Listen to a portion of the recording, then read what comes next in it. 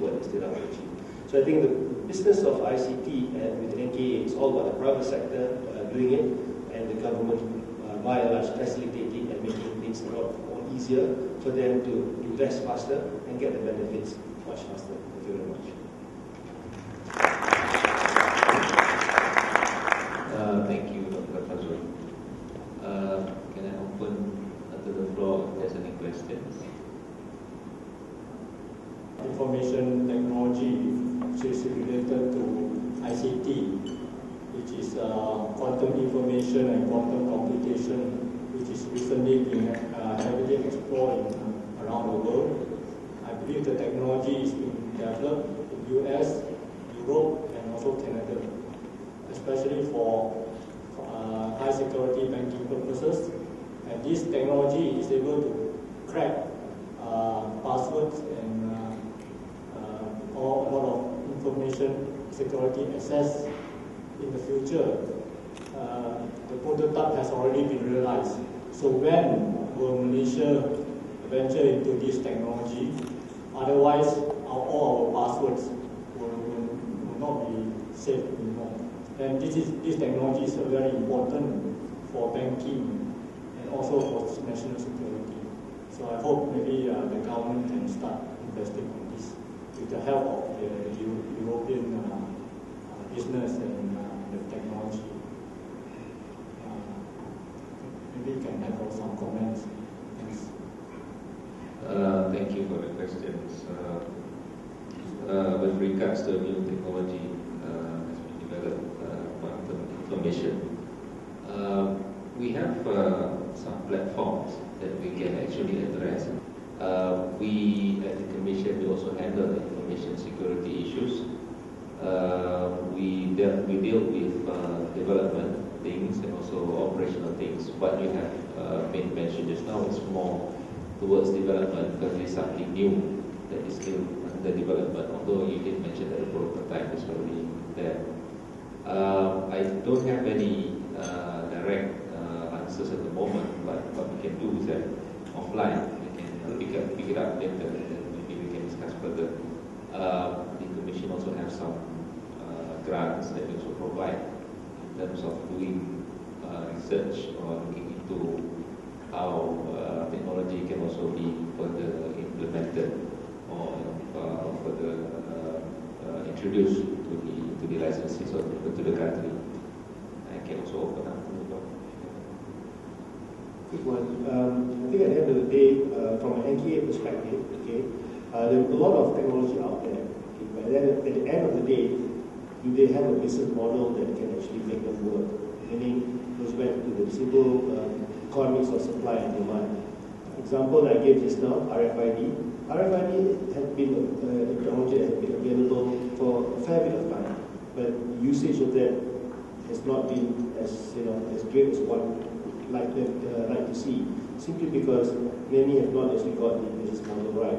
But this time around, when you have the right business model where you address a certain need and someone is willing to pay for that, then you'll see that one move. So I guess for the same thing in relation to the technology of quantum information, if the banks feel that they are threatened, therefore the demand for security would be by the customers of the bank, and the bank will then make the investment or use a third party to provide services using quantum information and the technology to provide them the security they just spoke. So I think at the end of the day, it's all about the business model and sustainability.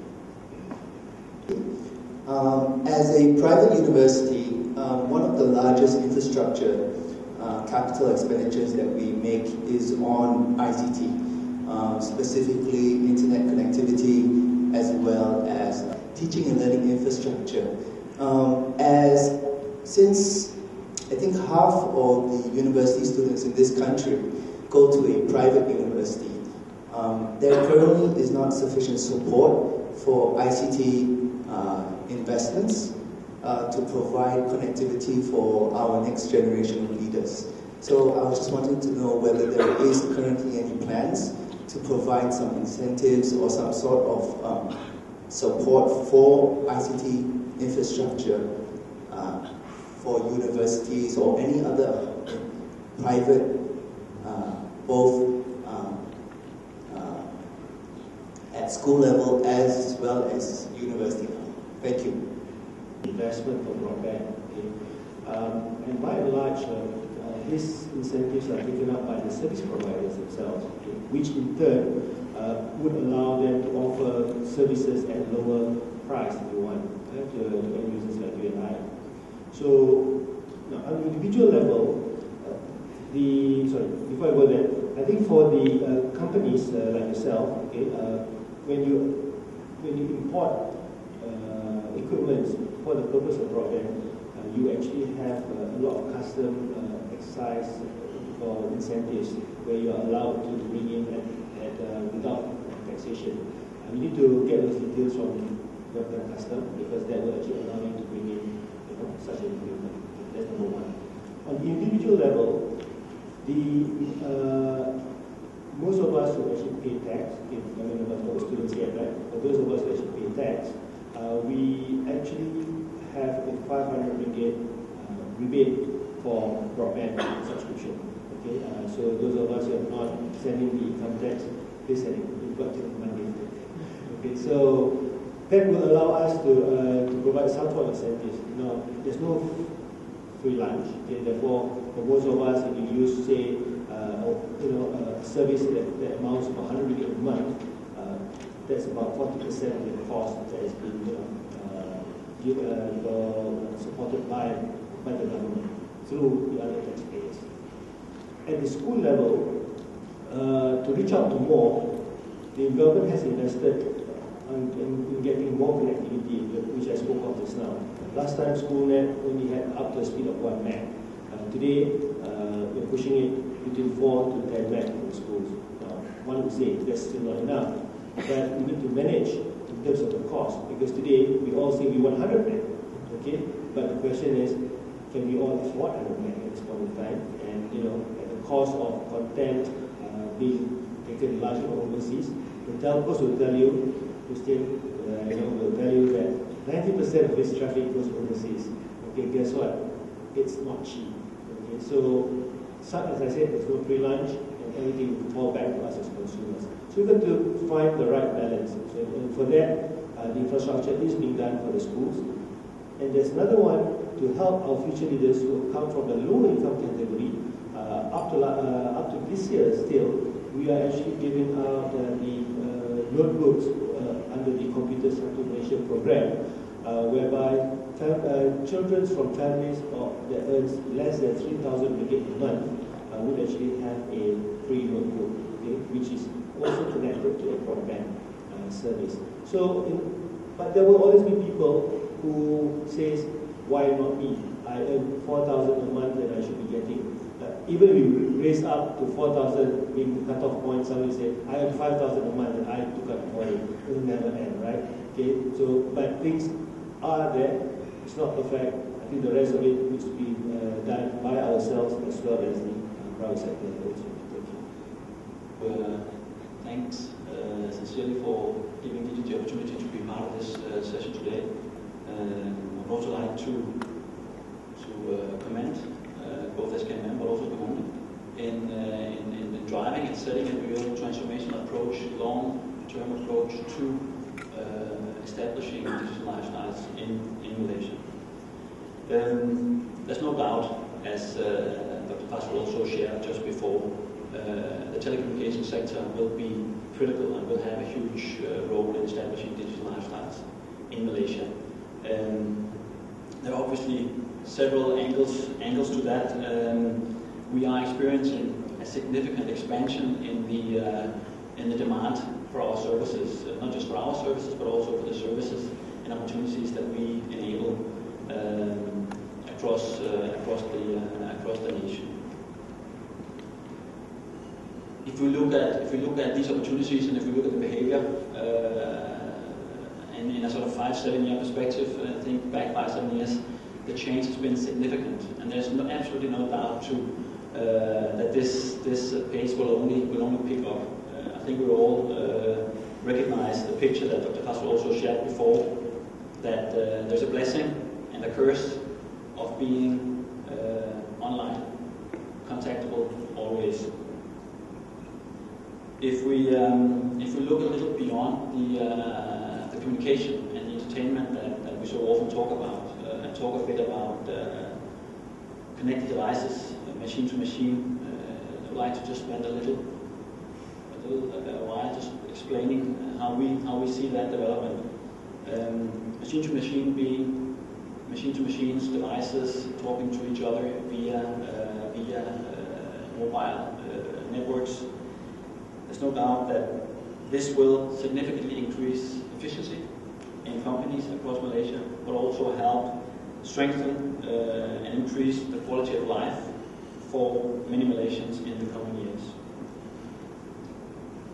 If we look to sort of give a couple of examples, one sort of often used example is mHealth, where we can see MCMC services servicing distant disease management, enabling a diabetes patient or a patient with an irregular heartbeat to have a device monitoring the blood sugar or the heartbeat connected to a clinic that can receive, analyze, and act upon any irregularities on those measures, which obviously is extremely important for that individual. Another example is consumer vehicle telemetry, where a small SIM card in the car can send back information to the company, the producer, manufacturer, like Proton, for instance, getting consolidated information about how all the cars really behave, all the incidents that they see, analyzed, optimized, but also as an individual, if the car ends up in an accident, can call up and explain what type of accident, and that's obviously also life-saving. So both on efficiency but also quality of life, extremely important. Another area is automatic meter reading, where typically large utility companies can save the cost of having thousands of people reading meters, gas meters, water meters, electricity meters manually, by having a connected device that can send back information to allow instantaneous, precise billing and analysis of that information. I could mention several of these. You can have insurance companies wanting to offer pay-as-you-drive type of insurance. So if you drive nicely, don't shift lane too often, not drive too fast, and drive in certain areas, you get it cheaper than if you don't. Considering my experience the last couple of years in Malaysia, I'm not sure it will be very popular here, but maybe for insurance companies, I don't know. I would say that for this area, the only thing that limits this growth and the opportunity and how Malaysia captures that is the creativity of the Malaysian companies developing applications that can be used here. Companies like DIGI and our colleagues in the industry will provide platforms that will allow this to happen. Telenor has been part of that, has, I can safely say, and proudly say, been one of the pioneers of driving this, developing our own platform, doing this for many years, being a pioneer in Europe with very strong references across, particularly the automotive industry. Another area which I won't go into too much detail with now, but just referring back to the session just before we were here, is financial services, of course, where telecommunications companies like DIGI and Telenor across our different opcos have chosen to take a big role facilitating micropayments, near-field communication, that type of increase of efficiency across the country. And I'm sure that will also pick up here, and in Malaysia, even with a sophisticated banking and financial services industry, we'll see increasing efficiency in the years to come using mobile platform, either from the banks directly themselves or through telecommunications companies. What's the starting point? The starting point being part of the telecommunications industry is an industry where voice revenue has been flat. It's been flat for 3 years and will continue to be flat for a couple of years, whereafter we will see some decline. So every growth, all growth will come from data. And that's important to remember, because the data growth comes with a slightly different economics for us. Investments are very high, in voice, it takes a minute to consume a minute.